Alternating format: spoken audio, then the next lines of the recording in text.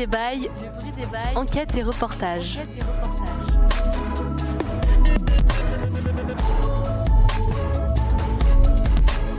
radiotilleul.org.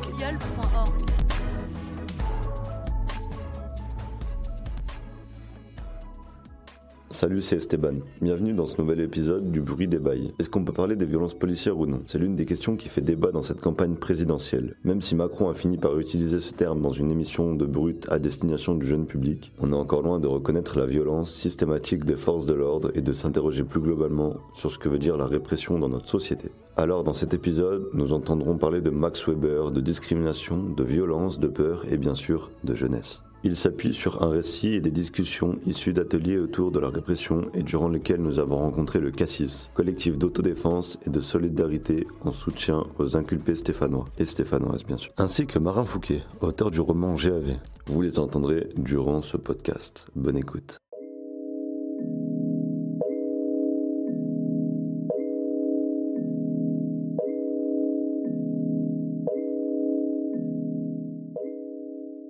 Donc moi le truc dont je voulais parler c'est un souvenir, c'est le souvenir d'une histoire que j'aurais pas forcément dû entendre, enfin qu'on m'avait dit de partir pour pouvoir raconter, mais que j'ai entendu quand même. Et donc j'étais assez jeune, je crois que c'était fin primaire, quelque chose comme ça, et c'était mon tonton qui nous a raconté du coup j'étais pas censée l'entendre, qui leur a raconté. Je savais qu'il avait été dans des squats, tout ça, qu'il était très manifestant. Et en fait, un jour, à la sortie de son travail, donc les flics l'ont embarqué.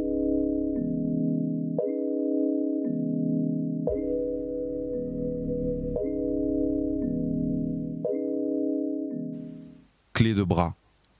Une grosse main gantée se pose sur l'épaule gauche, tandis qu'une autre saisit le poignet droit. Remonte dans le dos, le long de la colonne, à l'endroit exact où les jointures craquent. Lève, tire, tord, plaque. Au moindre mouvement, déboîte. Déboulé de nulle part, lunettes de soleil, rictus soulève, un type derrière vous, cœur d'après-midi, rue passante. Exhorte, expire, braque.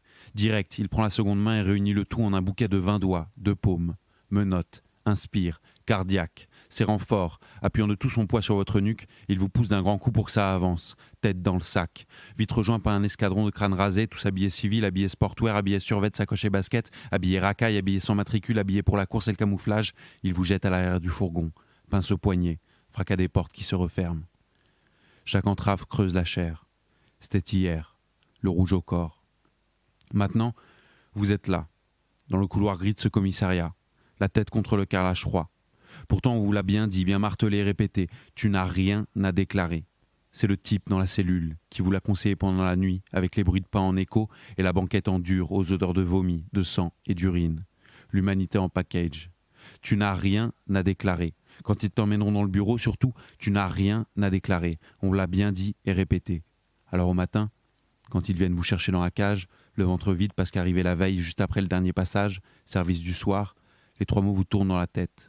Rien à déclarer.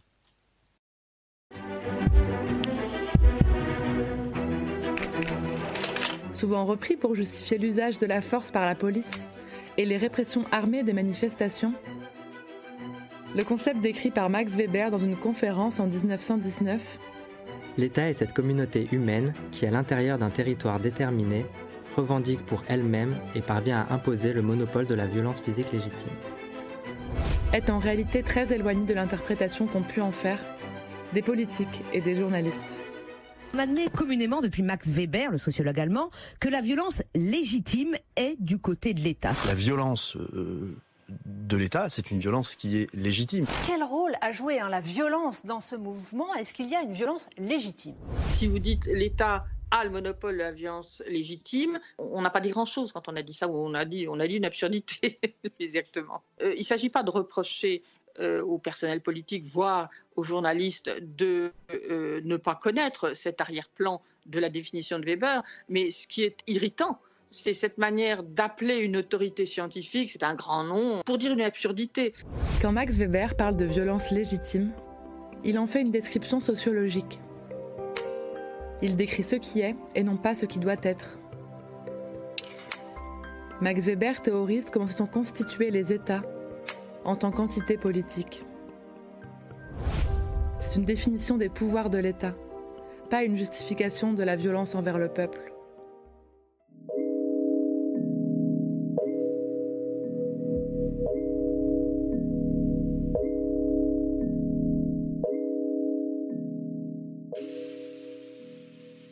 Ils l'ont mis dans une pièce à part, ils ont fermé les volets, ils lui ont dit tu laisses ton téléphone dehors. C'était même pas les flics de sa ville, c'était vraiment les plus haut placés, fallait pas que ça se sache. Il y avait beaucoup d'intimidation, tu dis rien, tu t'en parles à personne. Et donc ils lui ont posé des questions sur un mec qui était avec eux au squat, parce que ce mec faisait des actions comme eux, mais beaucoup plus poussées, beaucoup plus travaillées. Il était connu dans ce milieu-là et recherché parce que il se laissait pas faire, il faisait des actions. Et donc ils lui ont posé des questions sur ça, de manière assez violente, il savait pas ce qu'il pouvait dire, il avait pas vraiment de connaissances là-dedans, donc il savait pas ses droits, quoi. Et voilà, il nous a raconté ça, la peur que ça lui avait mis.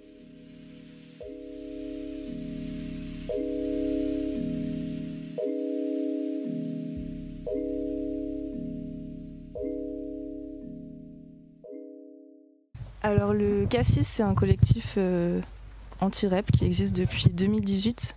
Il existe depuis le mouvement des Gilets jaunes. C'est un moment où on voyait plein de gens se faire écraser par la machine de la justice, subir des violences policières, prendre des tirs de LBD.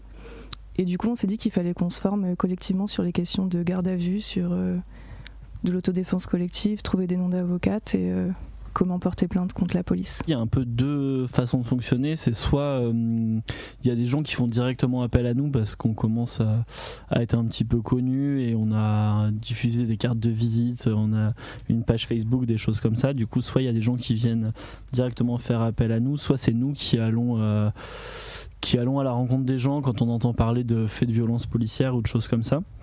Et du coup, on aide un peu deux types de personnes. Au début, c'était pas mal des militants parce qu'on faisait pas mal de ce travail de faire une équipe de Legal Team en manif. Et du coup, on a un numéro de téléphone qui était diffusé où les gens peuvent nous appeler s'ils voient une arrestation ou s'ils ont un proche arrêté, pour pouvoir apporter du soutien à ce moment-là. Et de plus en plus, on cherche à essayer de soutenir un autre type de public, et du coup plutôt des personnes précaires ou des personnes isolées. Et du coup là, donc c'est pas mal. Enfin, ça peut être des gens qui se font arrêter pour avoir volé 3 paquets de pâtes et qui se retrouvent dans cette grosse machine de la justice. Il y a aussi des gens on se retrouve pas mal à aider des gens qui se retrouvent isolés en prison. Les jeunes, j'en suis sûre que plus de 3/4 ne savent pas ce que c'est une répression. On est quand même une génération assez engagée, je pense, mais ça reste très minime. Enfin, j'ai plein de copines, je leur dis vous savez ce que c'est la répression ? Non, c'est quoi ? Que ce soit la répression par rapport à soi-même ou les violences policières, etc. Enfin, j'ai l'impression que la répression, pour le comprendre, savoir ce que c'est, il faut le vivre en fait. Moi, j'ai commencé à penser répression jeune, à partir du moment où j'ai eu peur d'aller en manif, de faire certaines actions, parce que je me retrouvais confrontée à la police et que la police connaissait mon nom ou mon identité. Et à partir de ce moment-là, j'ai eu peur. Et du coup, peur, ça s'attache à répression pour moi. C'est terrible de devoir vivre la répression pour la comprendre. On n'est pas obligé de vivre des répressions en manif. Je veux dire, il y a plein de gens qui se font contrôler pour aucune raison. Moi, j'ai un pote, c'était au collège, je m'en rappelle, on sort du collège, et il s'est pas arrêté, contrôlé, mais pour rien. J'ai pas compris, j'étais en mode de, bon, d'accord, très bien. Et moi, je suis pas la petite fille blanche parfaite, etc. Et les flics, ils m'ont rien dit. Et j'avais mon pote noir qui s'est fait contrôler. Et c'est à ce moment-là où j'ai eu aussi un recul en me disant, ça existe des inégalités. C'est à ce moment-là que j'ai grandi, c'était ma fin de 3e et après je suis arrivée au lycée. C'est vrai qu'au niveau du genre de la personne, c'est ultra différent le traitement qu'on a. En fait, les jeunes des quartiers populaires qui sont du coup des personnes, enfin les jeunes des quartiers populaires et les personnes racisées qui du coup elles vont vivre une répression quasiment quotidienne avec des contrôles plusieurs fois par jour qui du coup souvent dérivent, et du coup c'est une répression qui est subie et qui est récurrente, et du coup je distinguerais quand même bien avec du coup les jeunesses militants, où du coup effectivement ces dernières années on a vu pas mal de mouvements, que ce soit les mouvements pour le climat ou etc., où du coup là effectivement de plus en plus c'est aussi des collectifs qui subissent de la répression, mais elle est vachement plus ponctuelle et du coup vachement plus choisie, et du coup je trouve important de faire la distinction entre les deux.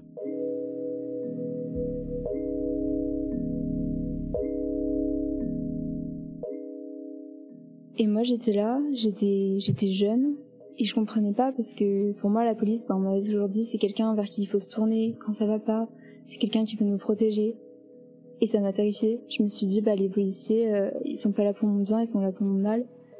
Et les années d'après, j'en avais pas parlé, que j'avais entendu cette histoire, et à chaque fois que je voyais des policiers, j'étais pas bien, je les fuyais. Et donc je pense qu'il faudrait, les enfants, leur parler dès qu'ils sont petits, de pas idéaliser les métiers, leur dire que voilà, c'est comme ça, il y a des violences, que les violences c'est pas la plus grande partie, mais que ça existe, parce que l'apprendre comme ça c'était quelque chose d'assez choquant, c'était pas traumatisant, mais ouais, c'était dur de l'apprendre comme ça. Voilà.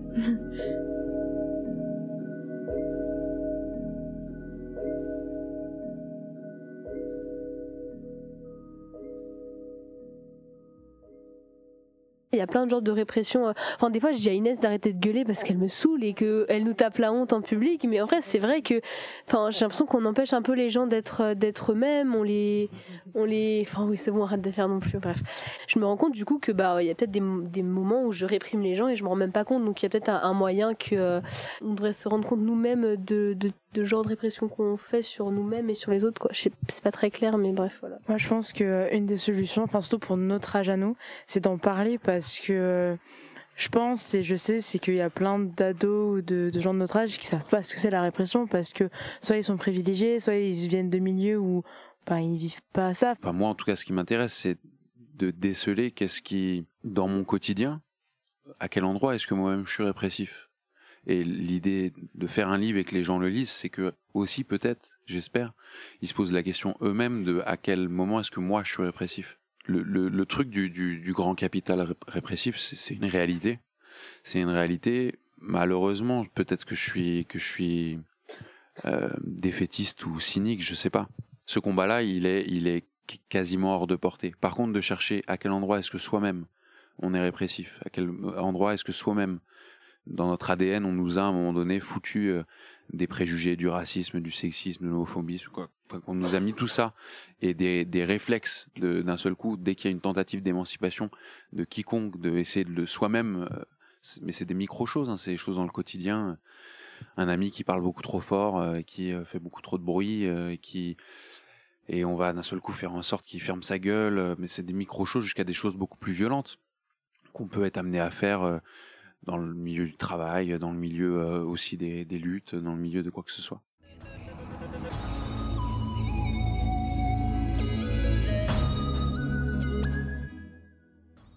C'était un épisode du Bruit des Bails. Dans cet épisode, on a entendu un extrait du média social Culture Prime de France Culture et une lecture extraite du roman GAV.